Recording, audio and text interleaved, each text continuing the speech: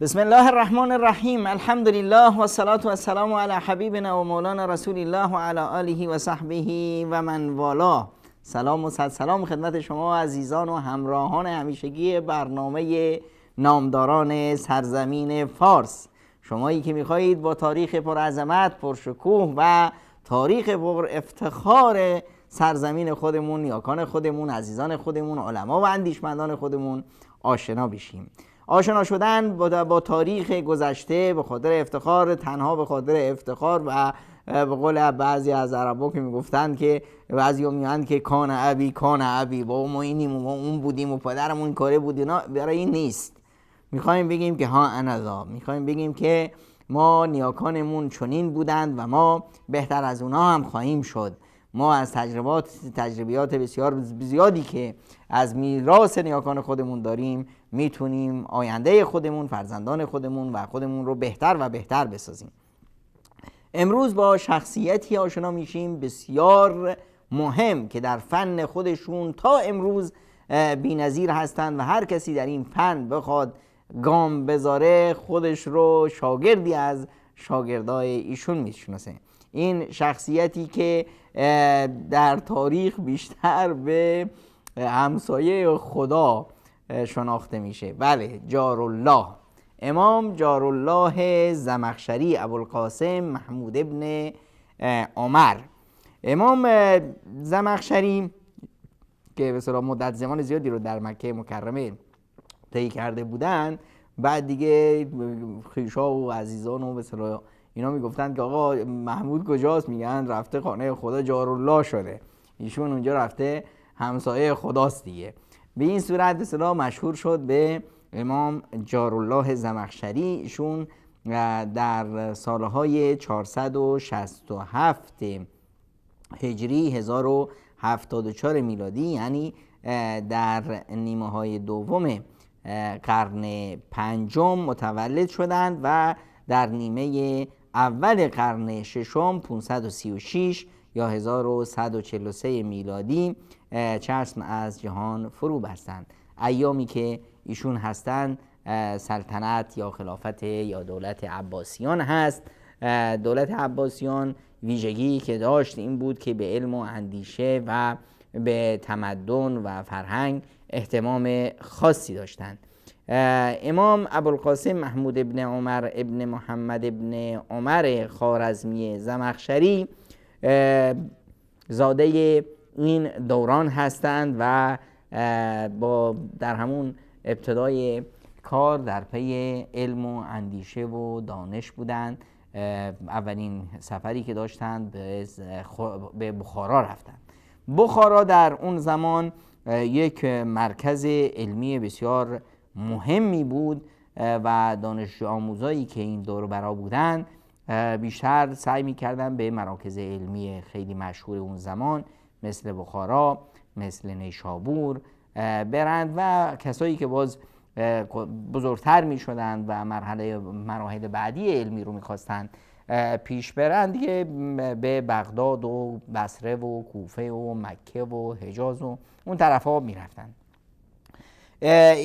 زمخشری رفتن به بخارا و از بخت تقدیر الهی ایشون افتادن از اون اسب یا الاغی که سوارش بودند و پاشون شکست و این پا تعفن پیدا کرد و آخر مجبور شدند پاشون رو قطع کنند و یه پای که چوبی واسه شون دست و پا کردند و به این صورت زمخشری ما از همون ابتدای زندگیش به اصطلاح با این مشکل روبرو شد. اما این مشکل هرگز باعث نشد که از مسیری که انتخاب کرده عقب نشینی کنه.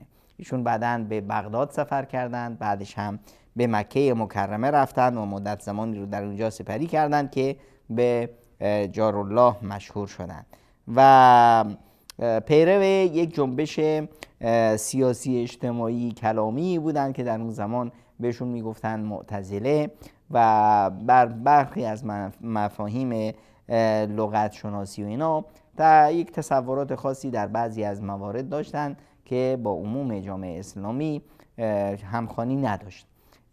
ایشون در حیطه سلطنت ابوالفتح ملکشاه سلجوقی بودند که ملکشاه خودشون به علما و اندیشمندان احترام خاصی داشت و به اونا کمک میکرد و اونها رو به خودشون نزدیک میکردن. علما و اندیشمندان روزگار هم به هر حال جارالله رو قدرش رو میدونستند و جالب اینجا بود که ایشون هر شهری که وارد میشدن تا آوازهشون به گوش مردم میرسید همه فقها، علما، زبانشناسان، متخصصان تفسیر و حدیث، گرچه که ایشون در حدیث چندان مهارتی نداشت، جمع می شدند و از ایشون به اصطلاح مفاهیمی رو میپرسیدن، سوالاتی که داشتن، مشکلات زبان شناسی به خصوص در ادبیات زبان و بلاغت ایشون دیگه مثیل نداشت. اون زمانها رسم بر این بود که به اصطلاح یک عالمی وقتی که یک کتابی می نوشت و کتابش مورد قبول جامعه اسلامی و کتابخانه اسلامی و اهل علم قرار می گرفت، می رفتن برخی از علما و اندیشمندان پیش ایشون اون کتابشون رو می خوندن و از ایشون اجازه روایت علم می گرفتن. همین مدرکی که امروزه دانشگاه ها میدن در واقع همین هست که مدرکی رو دانشگاه میده که این آقایی که به اصطلاح با مشخصات فلانی، این آقا در این تخصص رو از این دانشگاه فرا گرفته و الان میتونه در این زمینه فعالیت داشته باشه. در اون زمان که اجازه گرفتن از مؤلف بود که آقای شما زمخشری کتابی نوشتی در تفسیر، مثلا من میام کتاب کشاف امام زمخشری رو پیش ایشون میخونم و ایشون به من اجازه میدن که من روایت کنم. یا برخی از علمای خیلی بزرگ و نامدار و اینا از دور کتاب رو میخوندند و برای مؤلف مینوشتند که ما کتابتون رو خوندیم، حفظش کردیم و اگر شما میدونید با توجه به اون شناختی که از اون عالم داشت به ما اجازه بدید که ما این کتابتون رو از شما روایت کنیم و ما به کتابتون رو تدریس کنیم. یکی از علمای برجسته اون زمان مصر در شهر اسکندریه حافظ اباطاهر سلفی نام داشت. ابوطاهر شیفته کتاب های و نوشته های جارالله زمخشری بود. برای ایشون یه نامه بسیار قوی فرستادن که به من اجازه بدید که من این مؤلفات شما رو به اصطلاح تدریس کنم. اون وقتا زمخشری در مکه مکرمه بود. ببینید ایشون یک نامه ای نوشت که تا الان در ادبیات ما به دانشجوامون یاد میدیم که خیلی خیلی به اصطلاح زبان گویا، پویا، زیبا و دلنشینی دارند. میفرمایند در ابتدای این نوشتهشون: ما مثلی مع اعلام العلماء الا كمثل السها مع مصابیح السماء. میگه یعنی با کمال تواضع و فروتنی که من کی باشم که به شما ابوطاهر الحافظ از سلفی من بیام به اصطلاح به شما اجازه بدم.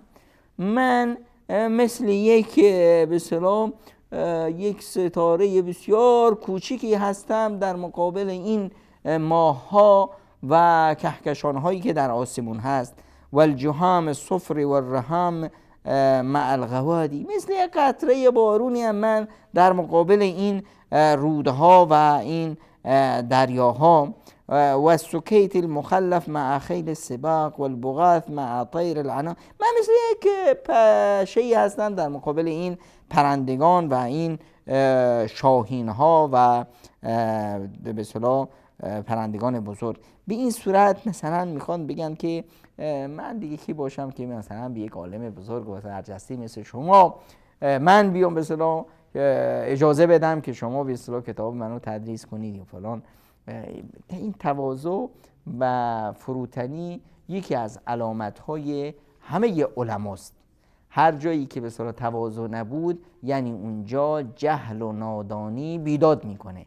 هر وقتی که شنیدید یک کسی به اصطلاح از طلبه علم و اینا هی من میکرد، بدونید که این منش از نیم من هم کمتره و ارزش نداره. اونهایی که به اصطلاح اهل علم هستن قدر یکدیگر رو هم میشناسن و هرچه انسان علمش بیشتر بشه علمش به جهلش بیشتر میشه. هرچه عقلش بزرگتر بشه، هرچه علمش بیشتر بشه، میدونه که خیلی چیزای دیگه هست که اون نمیدونه و میدونه که فوق کل ذی علم علیم، بالاتر از هر عالم و اندیشمندی دانشمندتر و عالمتری وجود داره. امام ابو منصور جوالیقی شنیده بود که جارالله زمخشری میان به مکه مکرمه برای حج.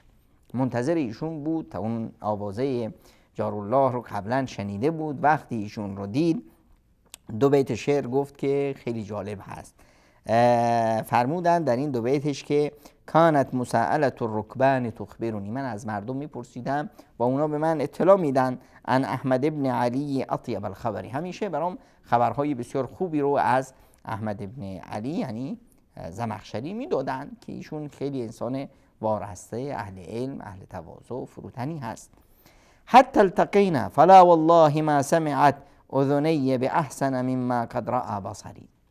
وقتی دیدمش تعجب کردم که اون چیزی که من شنیده بودم، همیشه صدای دهل از دور خوشه، همیشه آدم حرفایی که از دیگران در مورد دیگران میشنوه و تعریفات اینا، وقتی اون طرف رو میبینه که نه بابا این تعریفات به مراتب خیلی بیشتر بود از شخص وزنش کمتره. میگه نه، من وقتی که جارالله رو دیدم که نه، واقعا اون چیزی که من شنیدم خیلی کمتر از اون چیزیه که من دیدم. ایشون بیشتر از اون چیزی هست که در موردشون گفته میشه. زمخشری در واقع امام بود در حدیث و در تفسیر و در نحو و در بلاغه و کتابهایی در تمام این علوم و فنون داره. در مؤلفهایی که در علم زبانشناسی و لغت داره، کتاب اساس البلاغه هست، المستقصی فی الامثال هست، الفائق فی غریب الحدیث و مقدمة الادب، و که مقدمة الادب یک قاموسی عربی فارسی است، و کتاب القسطاس فی علم العروض هم از ایشون هست، عروض و قافیه، و در نحو المفصل فی صنعت الاعراب والانموذج والمفرد رو داره. در حدیث مشتبه اسامی الروات رو داره. در تفسیر کشاف رو داره که بهش خواهیم پرداخت. در فقه کتاب الرائد فی علم الفرائض رو داره. علم فرائض یعنی علم میراث، خیلی از علوم که نیاز به ریاضیات و هوش و ذکاوت داره که بسیار از قضایای مهم فقهی است. در زهد کتاب اطواق، یعنی در عرفان کتاب اطواق و ذهب فی المواعظ رو داره و کتاب نصائح رو. در جغرافیا کتاب الامکنه و الجباه و المیاه در مورد اماکن مختلف، کوه‌ها و آب‌ها و اینا حرف میزنه. و در ادب هم کتاب مقامات رو داره که مقامات یک فن خاصی است در ادبیات که در اون نویسنده با کلمات قدیم یا کلماتی که استفاده نمیشه یا کلمات مشکل زبان به صورت سجع بازی میکنه و به این صورت یک قصه، یک نصیحتی، یک حکایتی درست میکنه که این رو دانش آموزان میخونند و زبان رو به اصطلاح یاد میگیرند و در اون زبانی که یاد میگیرند مهارت خاصی به دست میارند. مهمترین شاهکاریایی که ایشون داشتند کتاب الکشاف و اساس البلاغه ایشون هست. کتاب الکشاف که اسمش هست الکشاف عن حقائق قوامض التنزیل و عیون الاقاویل فی وجوه التأویل، این شاهکار بزرگ تاریخی امام جارالله زمخشری هست که تفسیر قرآن کریم هست، اما به شیوهی دیگر، نه مثلا دنبال معانی فقهی یا اعتقادی یا فکری گشتن در بین آیات، بلکه در بین آیات لذت بردن از اعجاز قرآنی رو میخواد تجربه کنه. این قرآن یکی از به اصطلاح وجوه اعجاز قرآن که مهمترین شاید هم باشه همون به اصطلاح زبانشناسی و بلاغت قرآن کریم هست که وقتی انسان در علم بلاغت مهارتی داشته باشه از خوندن قرآن لذت خاصی میبره، یک لذتی که به اصطلاح اون احساس میکنه که این کلام رب العالمین هست و از توان بشر بیرون. این یکی از جوانب اعجاز هست که خیلی ها از اون بی بهره اند. افرادی که به اصطلاح شاید در علم تفسیر هم بهره زیادی بردند، نمیدونم در علم فقه بهره زیادی بردند، اما چون در ذوق لغوی و ذوق زبانشناسی کم دارند، از لذت بردن به قرآن بسیار محرومند. امام زمخشری اومد کتاب کشاف رو واسه همین نوشت که به اصطلاح بیاد این جانب از وجوه اعجاز قرآن کریم رو برای خواننده رو کنه که بیاد به اصطلاح قرآن رو بفهمه. خودشون در شأن این تفسیرشون میفرمایند ان التفاسیر فی الدنیا بلا عددی، در دنیا بی نهایت تفسیر هست، و لیس فیها لعمری مثل کشافی، اما بگم که مثل کتاب کشاف من تفسیری وجود نداره. ان کنت تبغی الهدى فالزم قراءته، اگر میخوای به هدف برسی حتما کتاب منو بخون. فالجهل کالداء والکشاف کشافی، که جهل و نادانی یه بیماری هست و میخوای از این بیماری رها پیدا کنی و درمان بشی، کتاب کشاف دوا و درمان این بیماری هست.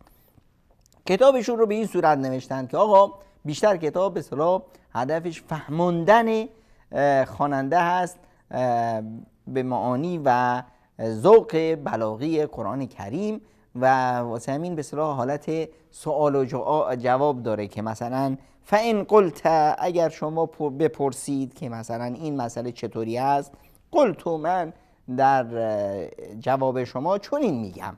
به این صورت قضایا رو بسط میده و از جانب ادبیات زبان و از جانب بلاغت و از جانب لغت شناسی و زبان شناسی میاد کلمات رو، اصول کلمات رو، ریشه های کلمات که از کجا اومدن، چرا این معنا از اینجا استنباط میشه، چه معانی دیگری میشه از اینجا از این آیه استنباط کرد و چرا این کلمه هست مترادف این کلمه اینجا استفاده نشده. همه اینها رو میاد بسط میده که اونجاست که دیگه انسان دهنش وا میمونه و میدونه که این کتاب واقعا کتاب کلام الله مجید به اصطلاح معجزه رسول اکرم صلی الله علیه و سلم هست. به مسائل فقهی زیاد بها نمیده و روش هم زیاد به اصطلاح خودش رو مشغول نمیکنه باش، چرا که هدف اصلی هدف به اصطلاح بیان اون زیبایی و اعجاز بلاغی قرآن کریم هست. ابن خلکان در مورد امام زمخشری و کتابشون میفرمایند کان امام عصره غیر مدافع، ایشون در زمان خودش امامی بودند که کسی باش نمیتونست رقابت کنه. تشد الیه الرحال فی فنونه، در فنون و تخصصاتی که ایشون داشتن مردم از شهرهای دور و دراز سفر میکردن می اومدن تا در محضر زمخشری بشینند و به اصطلاح کتاب ایشون رو یاد بگیرن. در اون زمان خب یک نوع تنش قومگرایی در حال رشد بود. اواخر دولت عباسیان هست، قدرت نظامی رو به سستی به اصطلاح گذاشته و افراد این ور اون ور جهان اسلام افراد و اندیشه ها و افکار جدیدی دارن ظهور میکنن. ضعف دولت مرکزی باعث میشه که اطراف دست به شورش بزنن و در همه به اصطلاح موارد، به خصوص در همچنین مواردی که به اصطلاح دولت بسیار بزرگ هست و قومیت ها و ملیت ها و افکار مختلفی رو در خودش داره، خب قومگراها هم سبز میشدن و اینا، قومگراهای فارسی اینا هم سبز میشده بودن که اینایی که به این صورت میخواستن از جامعه اسلامی که به اصطلاح گمان میکردن امپراتوری فارس رو کمرش رو شکست انتقام بگیرند به اون تصور جاهلانی که داشتن. اما میبینیم که زمخشری یک انسانیش، حالا محیط خانوادگیش چطور بود، محیط علمی و اینا، میبینیم که عقل بسیار بزرگی داشتن. اونهایی که تنها عقل و اندیشه بزرگی دارن اونها شکار همچنین نعره‌های قومگرایانه اینا نمیشن. میبینیم که امام زمخشری مدافع اول زبان عربی هست، در حالی که میتونست مدافع زبان فارسی باشه، اما نه، زبان عربی زبان علم و اندیشه هست و از به اصطلاح بیشتر کتاباشون یا قریب اتفاق کتابایی که ایشون نوشتن به زبان عربی هست. و این بود به اصطلاح تفسیر کشاف که محمد ابن شعبه درباره این تفسیر می‌فرمایند که تفسیر کشاف از مهمترین کتاب‌های تفسیر هست و توصیه می‌کنند که همه اهل علم به اصطلاح بخونندش. امام ابن تیمیه هم میگن که اگر ما چشم پوشی کنیم از اعتزالی که در تفسیر هست، لم یسبق مؤلفه الیه، هیچ کسی قبل از زمخشری کتابی به این صورت ننوشته. لما ابان فیه من وجوه جمال النظم القرآنی و البلاغه، که تونسته به این صورت نظم و شیوه قرآنی و بلاغت قرآنی رو به تصویر بکشه. این بود امام جارالله زمخشری، این انسان برجسته و وارسته، و امید هست که ما با خوندن کتاب کشاف و با خوندن زندگی نامه این نامداران سرزمین فارس خودمون رو آماده کنیم تا ما هم در این مسیر سهمی رو ایفا کنیم، چه در خودمون و چه در فرزندانمون و چه در افراد نوجوانایی که در جامعه داریم، تا ما هم بتونیم ستارگانی برای آینده تاریخ مملکت و تا آینده منطقه خودمون و آینده جهان بشریت و اسلام تربیت کنیم.